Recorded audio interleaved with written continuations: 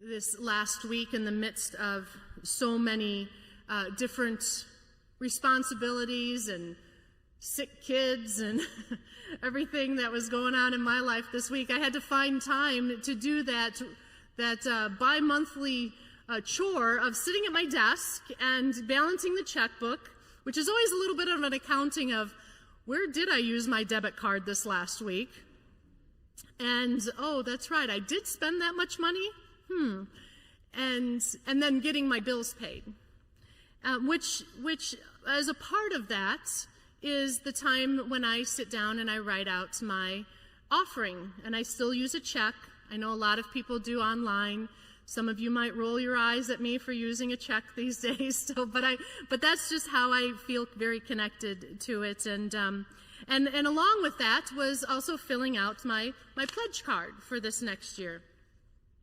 And during that time, I got to thinking about these stories. There's both these stories in 2 Corinthians and then in this Mark Gospel passage.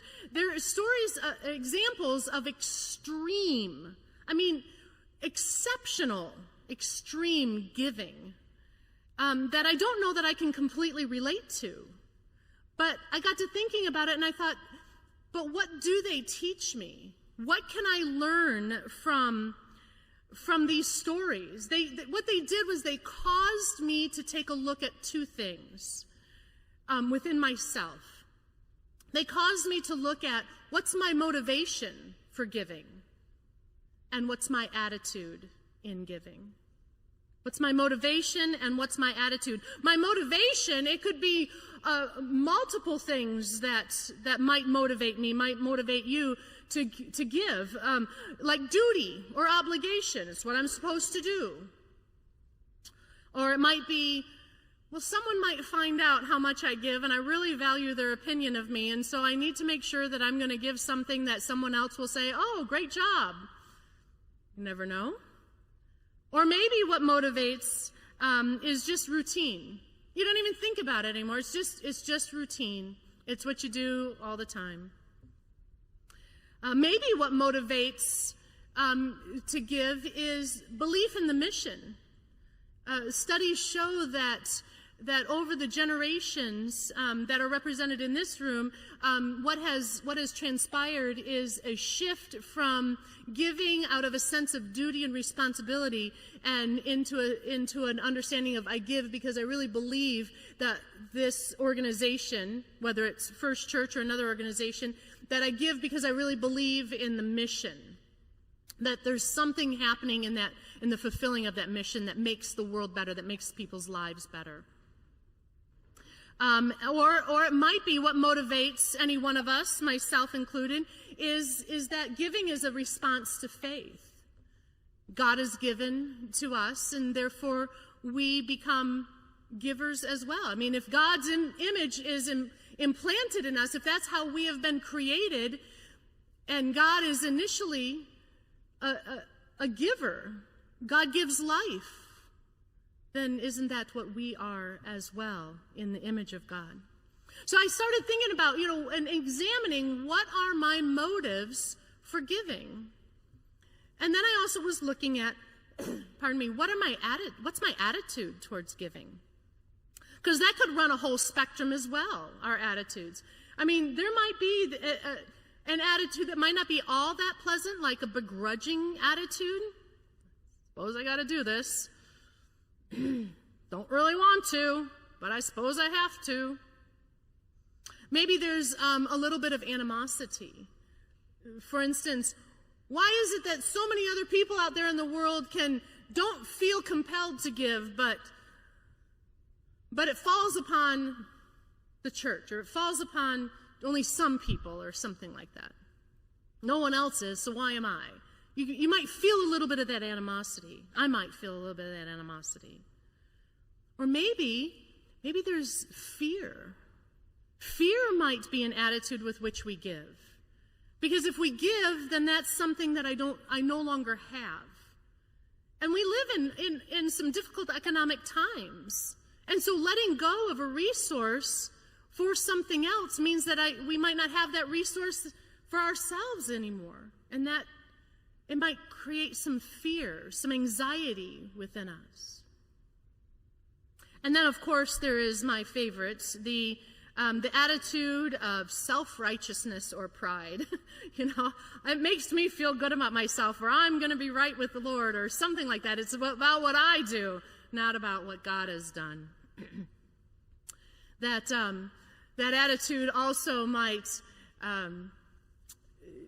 be reflected in the verse that comes to us also from 2 Corinthians that says, and it's an oft-quoted verse, it begins with, "Each one must give as he has decided in his heart, not reluctantly or under compulsion," which is motivation. "For God loves a cheerful giver," right? And so we have this understanding that, the attitude with which we give must be cheerfully. And then that can kind of create something inside of us that, do I need to be cheerful so that God will love me in my giving? Which kind of undoes that understanding of grace. So those two passages, these two stories of extreme giving this week have caused me to examine my own motivations and my own attitudes while I learned about theirs in these stories. So first off, there's this story of the churches in Macedonia. Paul is singing the praises of the Macedonian churches, which include Philippi, the church in Philippi, the church in Thessalonica, the church in Berea. And he's testifying to their faithfulness to another church in Corinth. And he's talking about how it is that they gave. And Paul had, a couple years before this, had gone to Macedonia in a response to a vision. And when he brought the gospel, people responded. But their response in receiving the gospel changed their lives. And certainly their change in their relationship with God, of course, but in that social economic reality, their lives changed as well. They became persecuted people.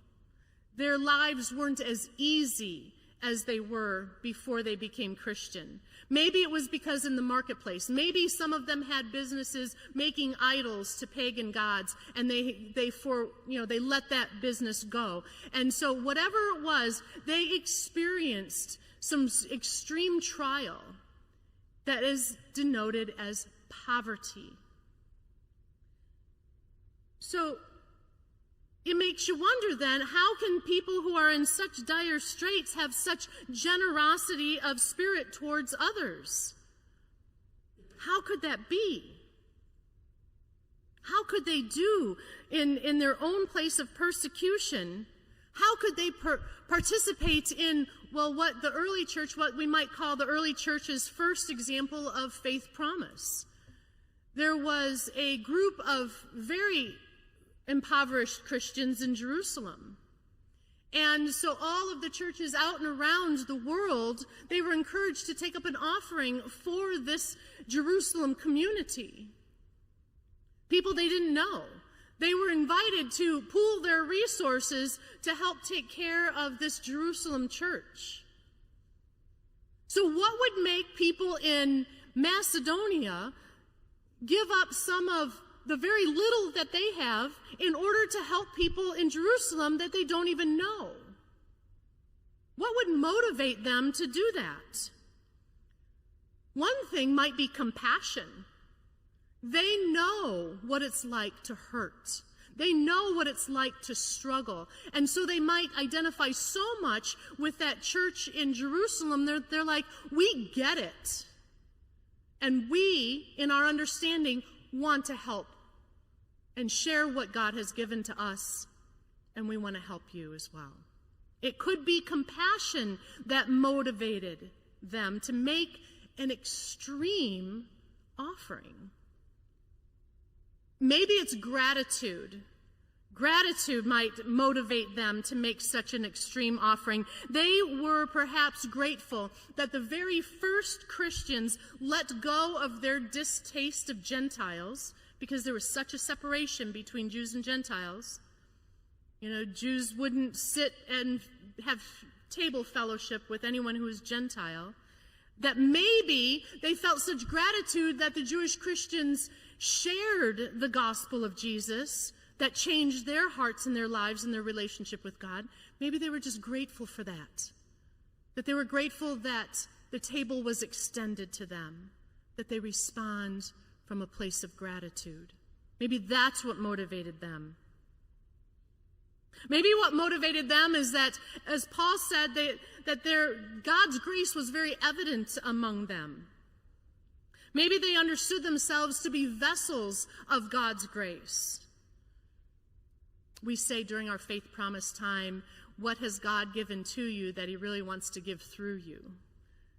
Right? So maybe they just understood themselves to be vessels of God's grace. That God gave them something in order to give somebody else something. Or maybe they just wanted to be part of the larger work of the church. The story talks about how they begged Paul, please let us be a part of this ministry. Let us do our part to take care of them. That it wasn't just about them. They wanted to be a larger part of the Christian community. Whatever their motives were, they pleaded with Paul to make sure that their offering was received and taken back to Jerusalem for that community there and their needs. And Paul shared about them that even in their poverty, even in their place of not having enough, they gave with joy. He says they joyfully gave. That's their attitude. They joyfully gave, and not only that, but they gave more than their means. They gave beyond. They gave away what they actually needed. They gave more than their means. And so what they did was they gave sacrificially. Their motivation, whether it be compassion and understanding or gratitude, being vessels of God's grace or wanting to be a part of the larger mission, and their attitude of joyfulness and sacrifice. That example called me this week to examine my own motivations, my own attitudes towards giving. As did the story of the widow who makes her offering in the temple treasury in front of Jesus. As the story goes, Jesus, he's been teaching and preaching all around the temple, and this is during the last week of his life, and he watches people give their offerings, and it's kind of like maybe, we have an offering box out in the narthex, and so people would come and put their offering that way, and he was watching this and sees large amounts of money that are being given, but also a very small amount of money from this widow. Jesus looks at her and he picks out the difference. What's the difference between their giving? And he says the rich people, they put a lot of money into the treasury, and that adds up, right? And they gave money that they could afford to give. They gave from a place of plenty and a place of abundance. But this widow, she put a tiny bit of money into the treasury. She gave money she could not afford to give. It says she gave all that she had to live on. She couldn't afford that. She gave from a place of scarcity. What could possibly motivate her to do that? Like I said, these are extreme stories of giving. And it's really hard to tell. It's hard to tell what would be her motive, because we don't know anything more about her, except that she was a poor widow, and she came out of faithfulness to the temple and gave an offering. That's all we know about her circumstances. So I don't know why she gave. But I think we might get a glimpse about her attitude in giving. There's not a descriptor like joyfully, like we hear in Paul's description of the Macedonians. But I would surmise that there is an underlining attitude, a deep spiritual reality of deep trust. Of deep trust.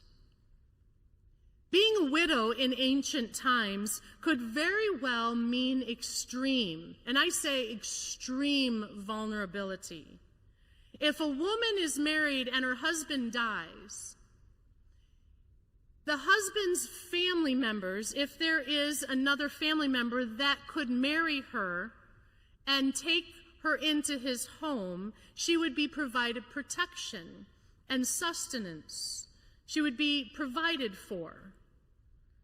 And if there was no other family member like that, maybe she had a grown adult son who would provide that social protection and provision for her.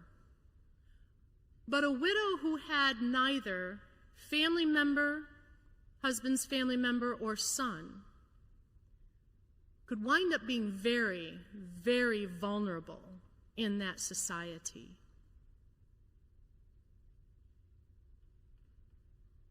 God always said to his people to care for the widow and the orphan. And in that understanding, to care for the most vulnerable people in the community. Because the strength of God's faith community, of the people of God, the strength of the people of God was not going to be their military might. It was not going to be the strength of their sword. It wasn't going to be due to their economic strength as a community, but the strength of God's community of people was always going to be determined by how well that community cared for the most vulnerable people. And in that day and age, it was widows and orphans. And if the community didn't care for them, that's the kind of thing that really made God mad, was not caring for the most vulnerable. So back to this particular widow in the temple that day. What would motivate her to give beyond her means? I don't know. She gave all that she had to live on. With what attitude could she make that gift? There must have been trust. There must have been some sort of trust that the community would be there for her because they were God's people. There must have been some sort of trust in God as well, that God would provide for her beyond what she could. These stories this week, examples of extreme giving, they call us to examine and to be in tune with our own motivations and our own attitudes towards giving. So this week I asked myself these questions up on the screen. Are we giving out of compassion or mere routine? Do we feel something for someone's situation? Do we give because we feel very connected to the mission, believe that this is what is God's work in the world? Or do we give because we're seeking other people's good opinions of us? Do we give because God is using us as a vessel of grace in order to reach out to other people, or do we give in order to be self-righteous in front of God? Do we give joyfully or begrudgingly? And finally, do we give because we trust, or are we giving because, well, we're giving despite being very afraid of giving?